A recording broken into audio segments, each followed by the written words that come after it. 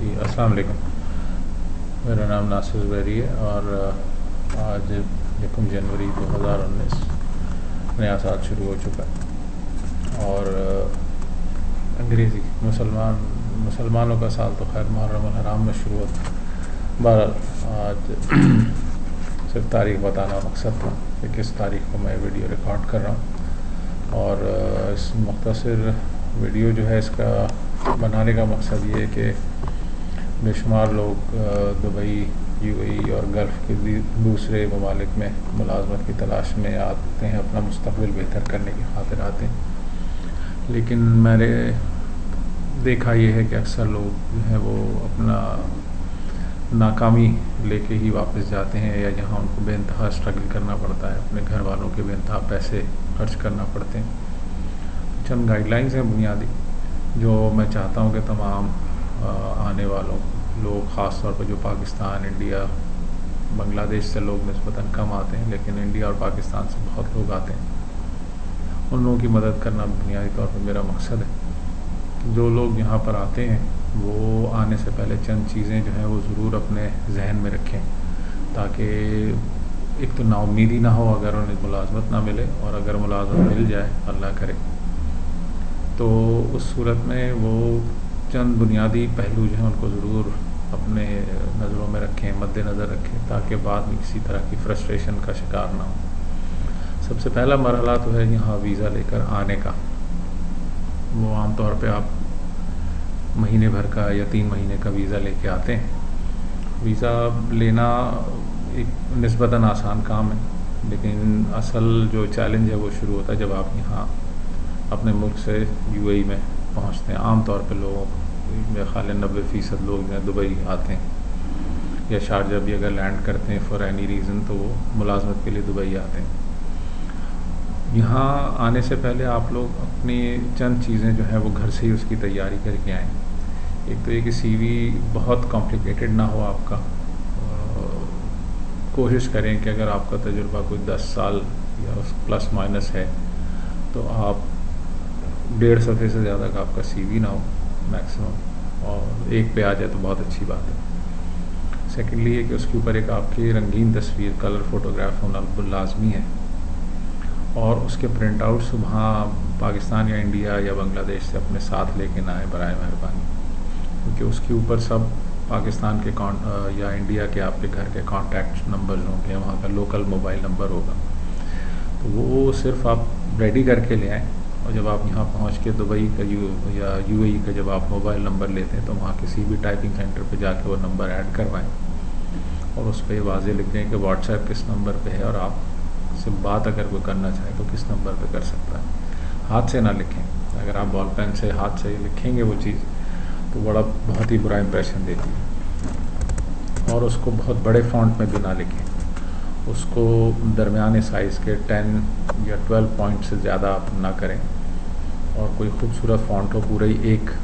Font استعمال کیا جائے جو اوپر سے نیچے تک ڈاکیومنٹ میں ایک ہی جیسا ہو. اس کے علاوہ یہ کہ آپ کو یہاں آنے سے پہلے رہائش کا انتظام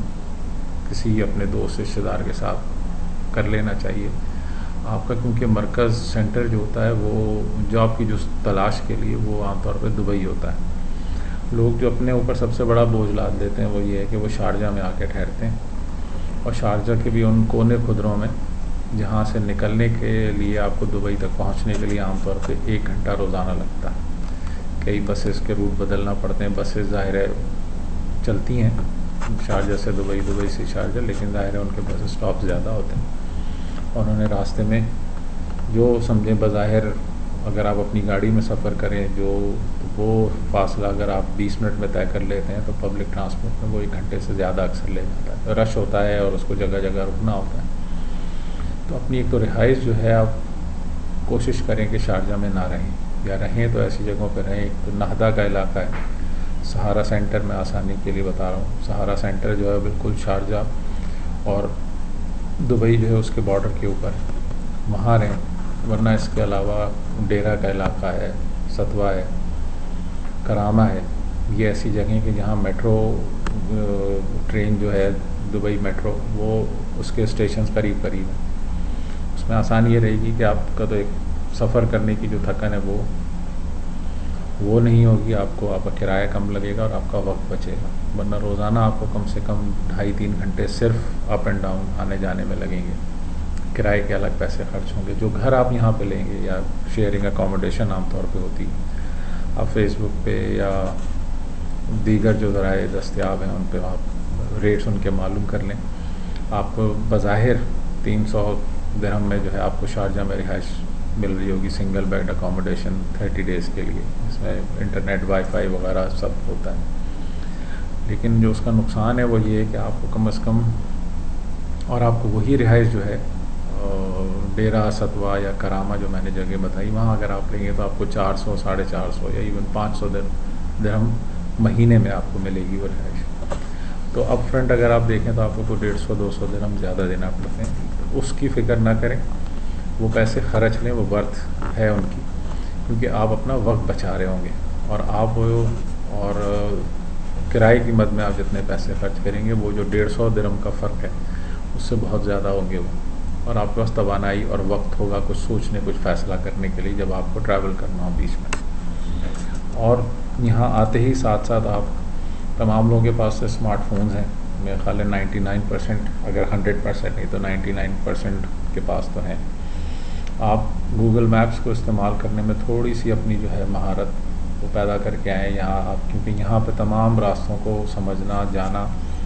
اس طرح نہیں ہے کہ آپ کسی بھی جگہ پہ کھڑے ہوں اور جا کے آپ پوچھ لیں،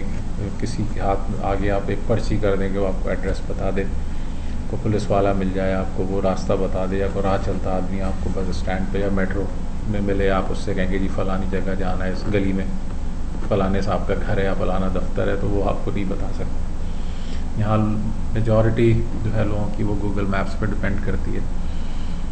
آپ کو جس سے ملنے جانا ہوگا وہ اپنی لوکیشن آپ کو بھیج دے گا، یا موسٹ پرابلی اس کا آفس جو ہے اس کی لوکیشن گوگل میپس پہ موجود ہوگی، آپ وہ سرچ کر کے بھی جا سکتے ہیں. ساتھ ساتھ میں یہ ہے ایک اپلیکیشن اس کے علاوہ جو یہاں میٹرو استعمال کرنے والوں کی ہے، کہ دبئی میٹرو کی اپلیکیشن ہے. وہ اپلیکیشن آپ ضرور ڈاؤن لوڈ کر لیں. اس کے اوپر آپ کو تمام جو میٹرو اسٹیشنز ہیں اس کا ایک میپس آپ کو مل جاتا ہے. آپ اس پہ روٹ ڈیفائن کر سکتے ہیں. 2 ٹریک ہیں، ایک ریڈ لائن ہے اور ایک گرین لائن ہے، الگ الگ ڈائریکشنز ہیں، آپس میں کنیکٹ بھی ہوتی ہیں دونوں ٹرینز. اور ایک ہی ٹکٹ آپ لیں تو وہ دونوں ٹرینز جو ہیں اس پہ آپ ڈفرینٹ اسٹیشن سے آپ اس میں ٹریول بھی کر سکتے ہیں جہاں انٹرچینج ہے ٹرینز کا. تو اس کے ساتھ ساتھ ہی آپ دبئی میٹرو کی اپلیکیشن، اور یہاں نال کارڈ ہوتا ہے جو بیسیکلی ایک پلاسٹک کا کارڈ ہے اور پری پیڈ ہوتا ہے وہ، اور اس میں آپ بیلنس اپنا ایک دفعہ اپلوڈ کر دیں کروا لیں اس کے سینٹر سے، تو وہ آپ کو بار بار ٹکٹ خریدنے کے لیے لائن میں نہیں لگنا پڑے گا. وہی آپ اسکین کریں اور آپ گیٹ کھل جاتا ہے اور آپ ٹرین میں سوار ہو جاتے ہیں، اور اگلے اسٹیشن پہ آٹومیٹیکلی اماؤنٹ ڈیڈکٹ ہو جاتا ہے. ایک دفعہ شاید اس کے 5 درہم ایکسٹرا لیے جاتے ہیں، اس کے بعد پھر آپ ایکچوئل کرایہ ہی پے کر رہے ہوتے ہیں، اس کے اوپر اور کوئی ڈیڈکشن نہیں. اور وہ آلموسٹ لائف ٹائم ہے اس کی. کارڈ کی شاید لائف 5 سال ہے، تو اس میں جو بیلنس ہوگا وہ 5 سال تک موجود رہتا ہے. وہ ظاہر ہے آپ جب فریکوینٹلی ٹریول کریں گے تو وہ کنزیوم ہوتا رہے گا اور آپ بار بار اس کو اپلوڈ کراتے رہیں گے. تو یہ 2-3 کام ضرور کر لیں آنے سے پہلے. اور جب یہاں آئیں تو اپنا وقت بالکل ضائع نہ کریں، اور ویکینڈز پہ ضرور اپنے دوستوں کے ساتھ وقت گزاریں. جمعہ ہفتہ عام طور پہ چھٹی ہوتی ہے، ورنہ بہت سے آفس میں صرف فرائیڈے کو چھٹی ہوتی ہے. گھومیں پھریں ضرور، لیکن جو ایک دن چھٹی کا ہے بس اسی دن یہ کام کریں. باقی اپنا وقت جو ہے وہ جاب کی تلاش میں اور ریفرنس کی بنیاد پہ رکھیں. آپ بالکل یہ امید نہ رکھیں کہ آپ جائیں گے کسی کمپنی کا دروازہ کھٹکھٹائیں گے اور وہاں جاب مل جائے گی. آج کل مارکیٹ بہت ٹف ہے. آنے سے پہلے بے شمار دفعہ سوچیں کہ آپ کتنے پیسے لا رہے ہیں، کتنے پیسوں کی آپ کو یہاں ملازمت ملنا چاہیے. اور عام طور پہ یہ ہوتا، خاص طور پہ جو لوگ پاکستان سے آ رہے ہیں انہیں یہ دیکھنا چاہیے کہ تقریباً 38 روپے 38 روپیز ورسز 1 درہم کا ریشو ہے. تو آپ اگر 1000 درہم لے کے آ رہے ہوں گے تو پاکستانی کرنسی میں آپ کو 38,000 روپے لے کے آ رہے ہوں گے. 38,000 روپے آج بھی پاکستان میں اچھی بڑی رقم ہے. اس چیز کو سوچ سمجھ کے رکھیں، اور یہ رکھیں ذہن میں یاد کہ 1000 درہم میں آپ کا کام خرچے پورے ہوں گے نہیں. 400 درہم رفلی آپ سمجھیں 350 یا 500، تو آپ صرف کرائے قیمت میں خرچ کر دیں گے، رہائش والا کرایہ۔ کھانا آپ کو جو ہے پورے ایک دن میں تقریباً دن بھر کا کھانا جو ہے آپ نے بہت ہی اگر بچت بھی کر کے رکھا کہ آپ نے صرف چائے اور سینڈوچ کے اوپر بھی آ گئے، دال روٹی آپ کو کوئی ہوٹل قریب مل گیا پاکستانی یا انڈین ملباری بھائی کا، تو وہ بھی ایک وقت کا کھانا آپ سمجھے رفلی 8 سے 10 درہم کا آپ کو پڑے گا ایک وقت کا کھانا۔ ناشتہ شاید سستا پڑے 5 درہم میں ہو جائے، لیکن دوپہر اور رات کا کھانا اتنے ہی پڑے گا، تو آپ سمجھے تقریباً 25 درہم تو کہیں نہیں گئے ایک دن کے کھانے کے۔ اور آپ تھوڑا سا جس دن مندی کھانے کا موڈ ہو جائے گا، کسی دن آپ کہیں گے کہ جناب میں چکن ٹکا کھا لوں یا کوئی ایسا آئٹم کھا لوں جو پاکستان میں یا انڈیا میں نہیں ہوتا، ظاہر ہے وہ پھر اس سے اوپر حساب چلا جائے گا۔ تو آپ رفلی 30 درہم جو ہے یومیہ پر ڈے اپنے کھانے کا بجٹ رکھیں، تو اگر آپ اس طرح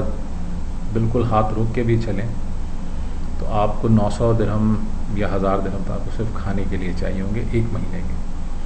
موبائل فون کا خرچہ اس کے علاوہ الگ ہے، جو آپ سم لیں گے یا اس میں بیلنس لیں گے اپنے گھر بات کرنے کے لیے، وہ بھی عام طور پہ آپ کو میرا خیال ہے، اور پھر جس فریکوینسی سے آپ کو کالز کرنا ہوگی لوگوں کو یہاں لوکل، اس کے لیے بھی آپ کو ظاہر ہے وہ مہنگا پڑے گا، تو آپ کم سے کم 200 سے 300 درہم اس کے الگ سے رکھیں کہ آپ کو یہ کمیونیکیشن کا ایکسپنس آپ سمجھ لیجئے کہ آپ کو لوگوں سے بات کرنے کے لیے کبھی گھر بھی بات کرنا ہوگی، والدہ بھائی والدین والد صاحب وائف ہیں آپ کی بچے ہیں، کوئی بات کرنا چاہے تو آپ کے پاس